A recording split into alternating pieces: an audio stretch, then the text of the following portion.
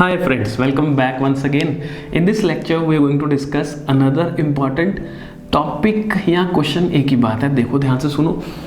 क्या बोल रहा है कि when current is said to be 1 ampere, कब कहा जाएगा कि करंट 1 एम्पियर है।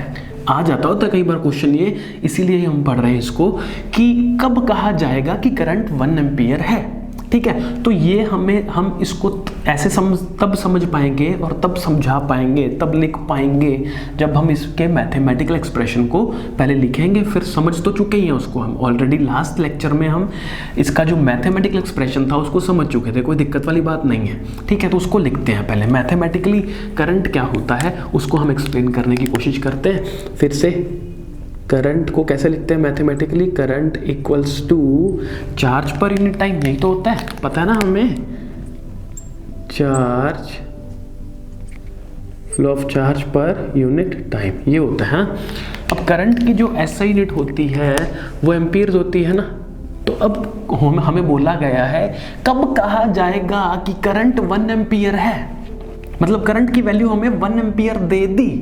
ठीक है, करंट की वैल्यू 1 एम्पियर दे दी तो हम यहाँ पे 1 एम्पियर लिख देते हैं। 1 एम्पियर इक्वल्स टू, अब सीधी सी बात है, सीधी सी बात क्या है, अगर LHS 1 है और वो अगर RHS के बराबर है तो मतलब RHS भी 1 होगी, तभी तो वो इक्वल होंगे ना बच्चा पार्टी, है ना।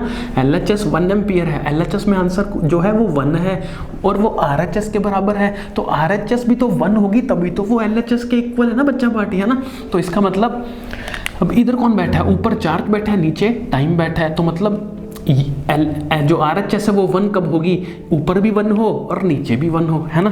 तो मतलब जब ऊपर 1 हो मतलब ऊपर 1 कूलम चार्ज हो और नीचे भी 1 हो मतलब नीचे टाइम बैठा है, मतलब नीचे 1 सेकेंड हो। बस इतनी सी बात है, आंसर तो आ गया सामने बिल्कुल स्क्रीन पे, है ना।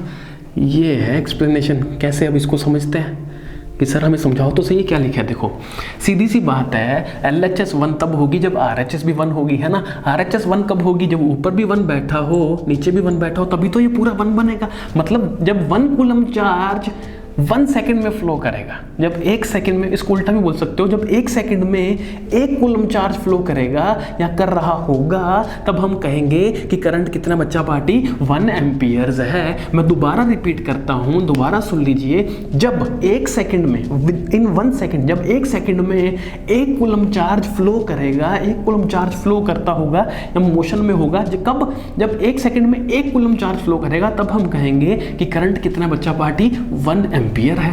ठीक है, अब कई बच्चों के क्वेश्चन दिमाग में क्वेश्चन आ रहा होगा कि जरूरी थोड़ा है कि ऊपर भी 1 हो नीचे भी 1 हो, दोनों सेम हो तभी तो हो सकता है। बिल्कुल सही बात है। एग्जांपल ले लेते हैं।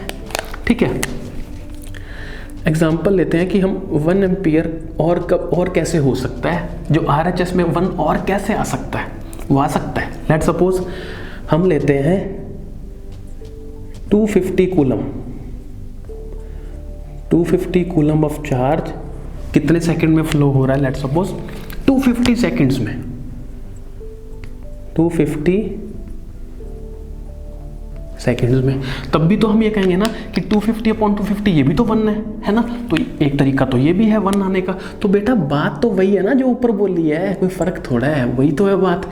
मतलब अगर 250 कूलम चार्ज 250 सेकंड्स में फ्लो हो रहा है तो मतलब 1 कूलम 1 सेकंड में हो रहा है, वही तो बात है, यही तो बात है जो हम कर रहे हैं ऑलरेडी।